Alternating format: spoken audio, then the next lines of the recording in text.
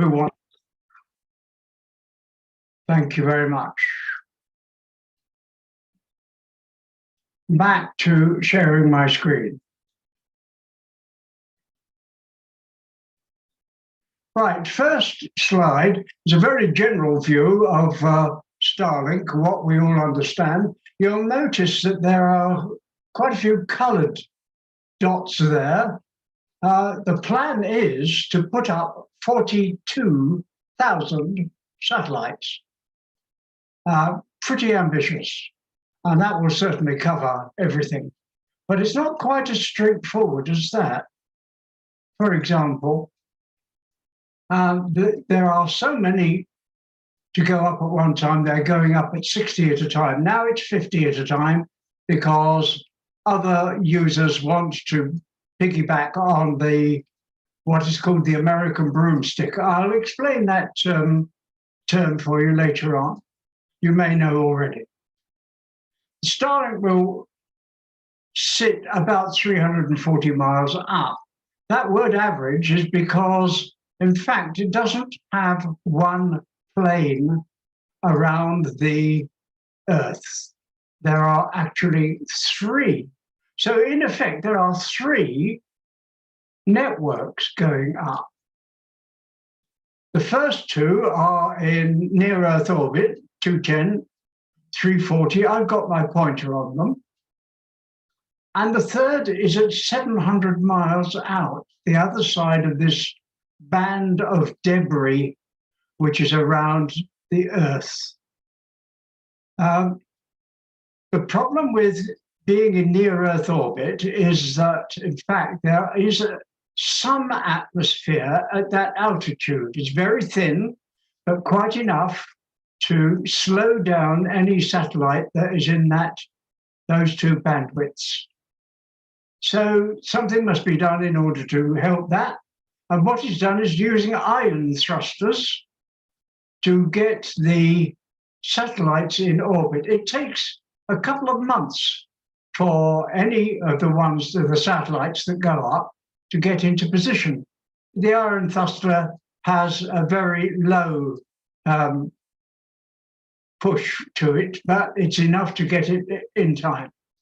And they are very important because Elon Musk has said very firmly that they will be used to get out of the way of any major debris or any other important satellites.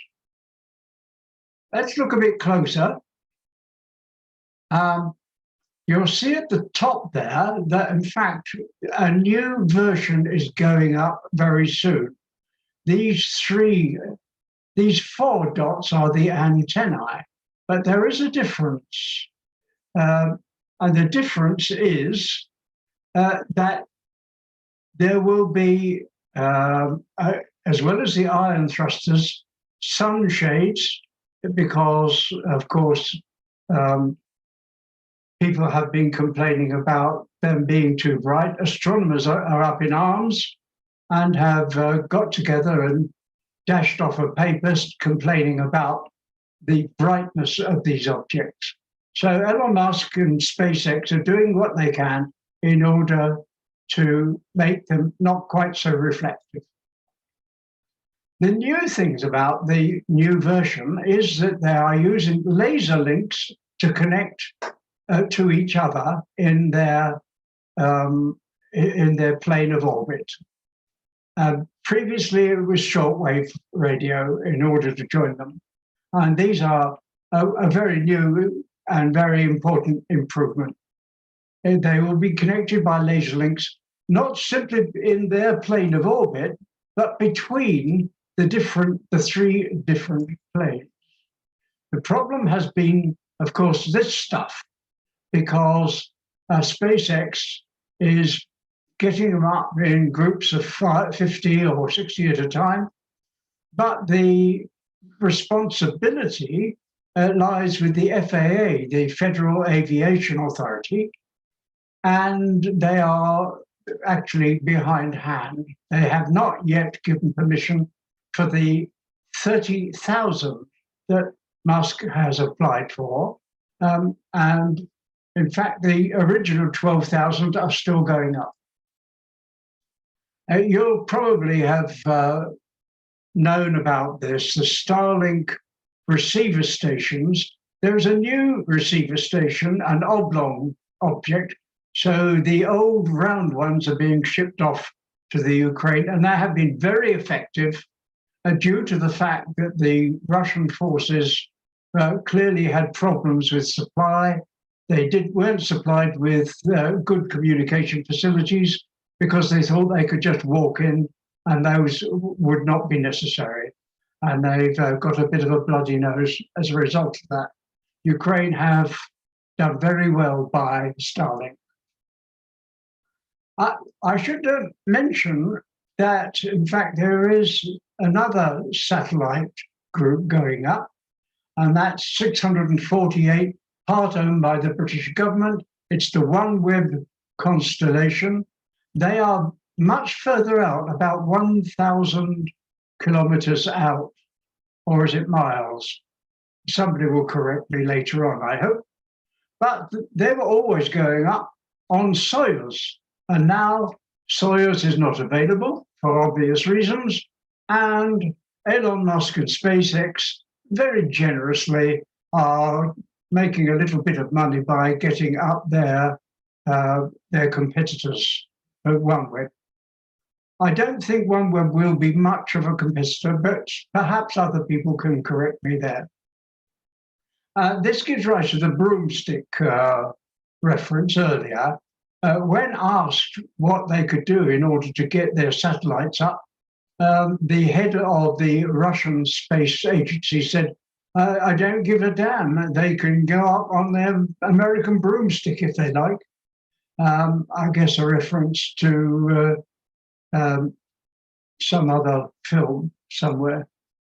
That's about it. I'm going to stop screen sharing and request comments and questions. If you'd like to put a question, put your hand up. I prefer a real hand, but there are yellow mechanical hands that can be used if you wish. Reed already has a comment. Well, I got a question. This OneWeb, what is the purpose of that one? Is that the same to provide internet access? Yes, that's correct, but it's a good deal further out than the SpaceX Starlink 3 networks. I'm not quite sure. Perhaps money is to be made with two webs. And has this got anything to do with those satellites that, what was his name again? The bloke that was in the government, what's his name again? The advisor of Boris Johnson, because he organized some sort of contract with a space an organization that was going to launch satellites. Yeah. Although I thought that was to give an alternative for. Yeah, the original OneWeb company, in fact, went broke, and the government decided to bail them out by buying 48% of their shares. And that's the reason that we're involved in that. I don't know if it's competition. Perhaps they will all merge together. There was supposed to be for satellite, for navigation purposes, wasn't it? That's right. So, I don't know. Comments, questions? I think I know what Breen is talking about. Yes, we had a sort of alternative GPS, didn't we? Yeah. I don't know what happened to that. I mean, later the story was that those satellites that they were planning to launch were not at the correct height to function as GPS, but the government hadn't quite sussed that. That's the story that was going around, but I don't know what happened. It was a joint venture with EU countries, wasn't it? So Brexit put a spanner in the works, I think.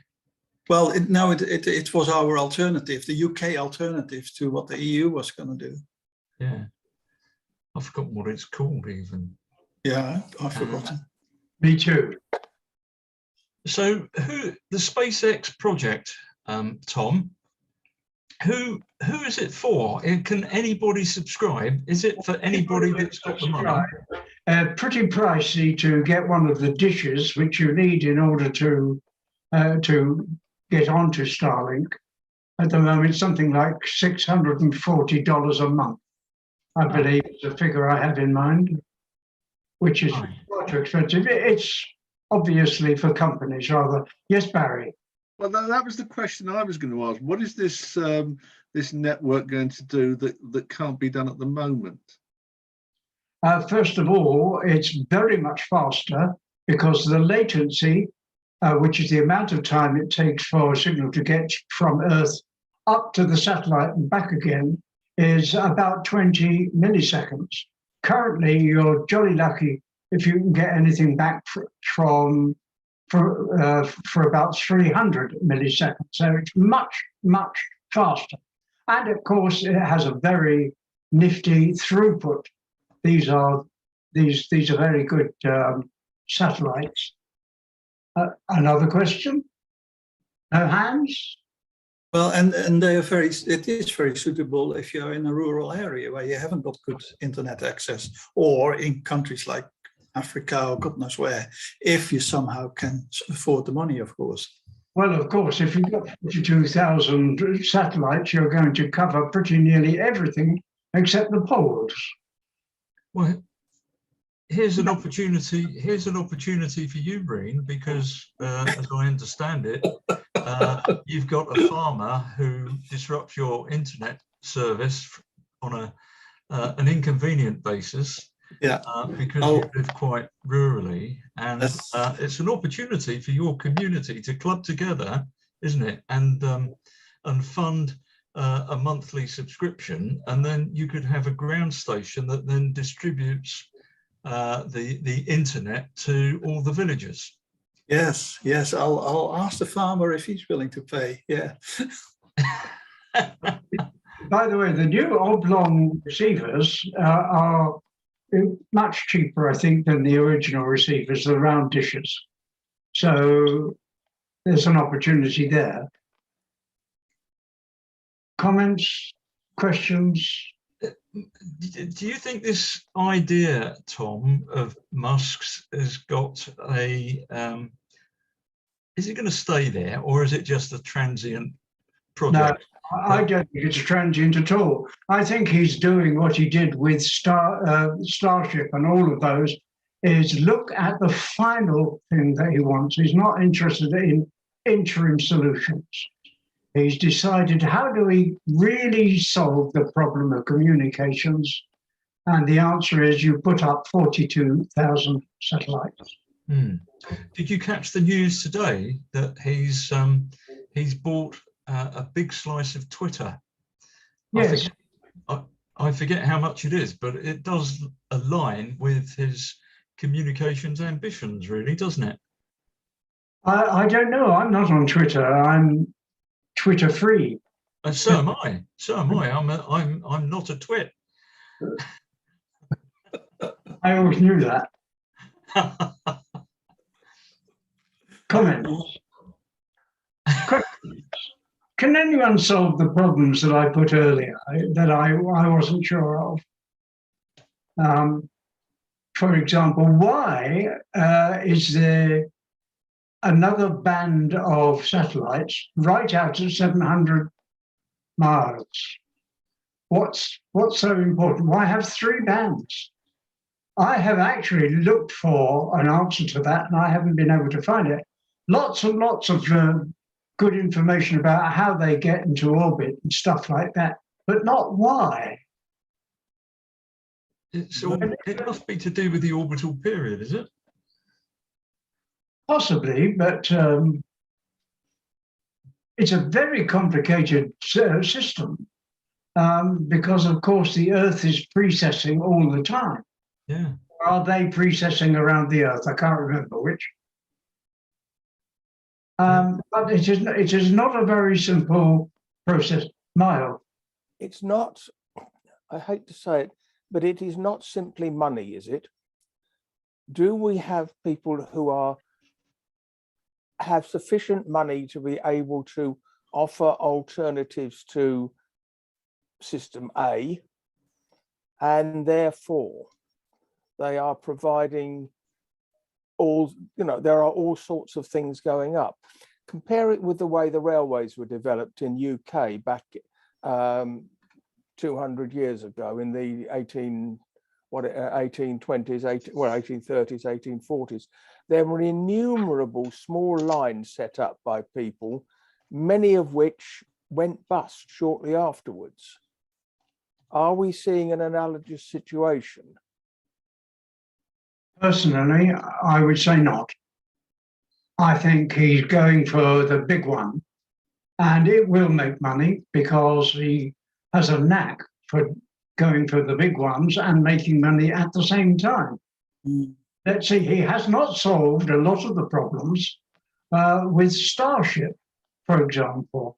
And I'm looking very carefully at that. You may remember from a previous talk that Starship enters the Earth belly first and has ablative shielding and in order to dissipate the heat, but it must turn to land on its bottom. And that is going to be quite a difficult trick because it's landing using rocket motors. Therefore, it must retain enough fuel to drive those motors. And landing something on its bottom with fuel still in it, sloshing around in the tanks, is a very, very dodgy way to go about it. It has been done with SN15, if you remember, which did land correctly. But there were 4 failures before that. So I think there are a lot of problems to be solved, but he's daring enough and clever enough to solve them. I mean, he's already done it with the rocket boosters that they land again standing up, don't they? Yeah, but those are, they're something not number 9s. I've forgotten the word now. Old age strikes again. Yes, Barry.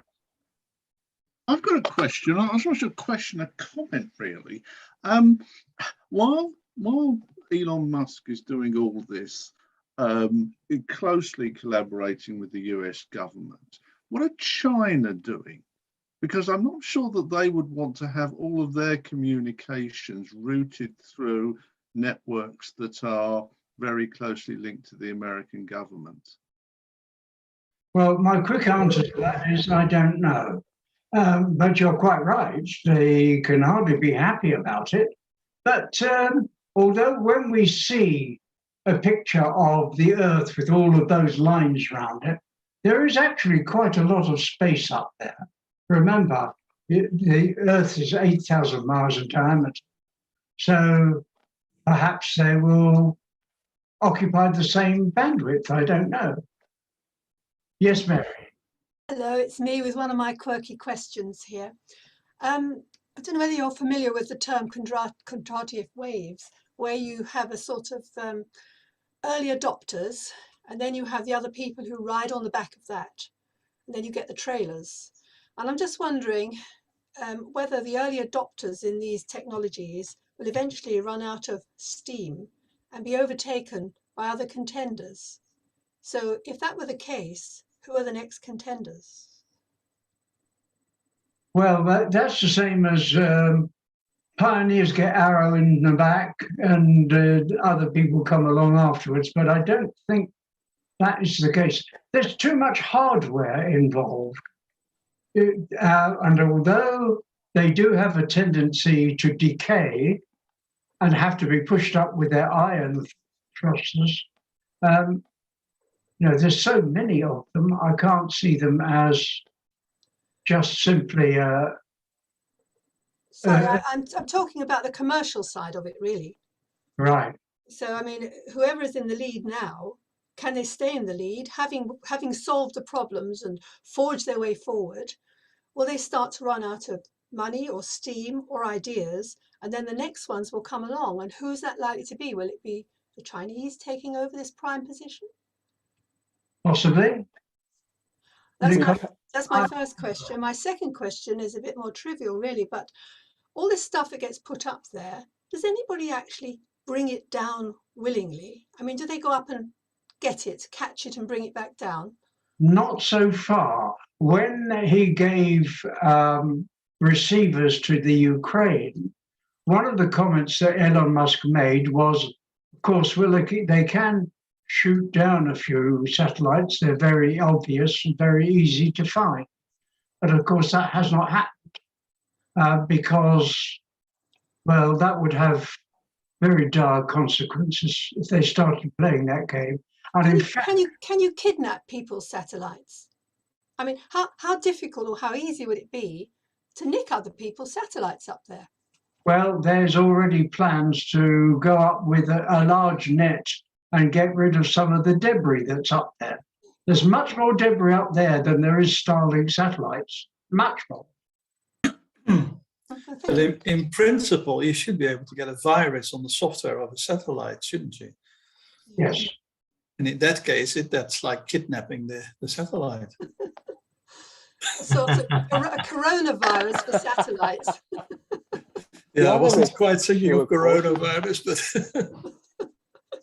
the other issue, of course, is you've got to launch these things, haven't you?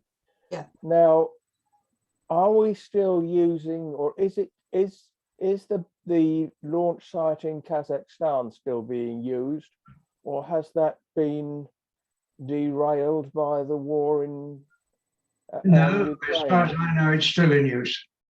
I have not seen anything that said that Kazakhstan has pulled out. I don't think they're in a position to do that. Steve had his hand up. Yes, several things. We are building a space launch site on Orkney, aren't we, at the moment? Mm-hmm. And I think there's going to be one in Cornwall somewhere. Bude, Bude, is it? yeah. Is that Cornwall or Devon? In UK. That's near you, Barry. Yeah, I know. I think it's going to be near Newquay. Oh, okay. Yeah. Well, that's as far south as they could get, unless they put them on the Scilly Islands. Yeah. The other thing I was going to say was very near us down in Guildford, there's a company called Surrey Satellite. They are involved in microsatellites, as you probably know, and they have done some experiments on something similar to what you described, Tom, but instead of like a trawler net, it's a harpoon gun. And they send up this vehicle, this small satellite, with some kind of sophisticated harpoon and shoot it at the debris they want to collect and just reel it in. And and then, of course, they then change their orbital parameters to bring it down in a big berm. So, well, you surprised me. I would have thought sending up advanced mouse traps might be just as effective. I like the idea of a net personally, but Mary's idea of capture, of course, reminds me very much of you don't need the bomb moving. All you do need to do is to slow them so that gravity will grab them and they will burn out. Yeah. And that's all that's needed. You don't have to bring them back to Earth. So what's going to happen with the ISS now then, Tom? Are they going to bring it down early? No, they've said that they will bring it down much later than usual. But my last that I read somewhere is that the Russians will effectively take it back. We've been using or the Americans have been using Soyuz to get their astronauts up for the last 12 years. Mm-hmm. So they're very pleased that they're now being able to use SpaceX. But I don't think that the ISS will be welcoming to Americans for very much longer. The original was Russian, and the Americans built on the Russian Salyut something or other it was. I think. It'll end up as a ghost ship, won't it? Yeah. Costs a lot of money to keep it going, of course. Mm. It has achieved an awful lot. Mm. Comments and questions? I've got a comment. Yes, Dave. Elon Musk has actually put forward that he's actually going to use some of his SpaceX stuff to actually boost the height of the station. And actually, if you look at the station, there's actually not very much of it that actually belongs to Russia. There's only really the first two bits and a few odds and ends. It's mostly other people's, mostly American stuff. Mm. So, I mean, if they took their bits off, Elon Musk could just attach and give them a boost instead. Yeah. In fact, the ISS is sufficiently low that they have to keep boosting Yes. it and raising it, because it's just a few molecules of air is enough to slow it down because it's so large. So that's the way it would go. They would just eject the Japanese, the American, the Canadian, the Canada arm, etc., and they would burn out. A lot of it is actually connected together, that's actually connected to non-Russian parts. So it would be far easier to actually just detach their bits, because they're mostly stuck onto Zvezda and Zarya, which were the first two bits. And then there's they stuck up other bits on, like the research station parts onto universal nodes. So they could be easily detached. And if you look at the space station itself, it's mostly photovoltaic cells. It's great big cells. Mm. I have a story from way back when I first got interested in this, when the Americans and the Russians decided that they would attempt to join their satellites. This is going back 15, 20 years. The problem was that they both used the probe going into the socket. And when it was suggested that the Russians would be the probe and the Americans would be the socket, the Americans said, no, we don't want to do that. They ended up with a very clever stuff, building something that goes like that.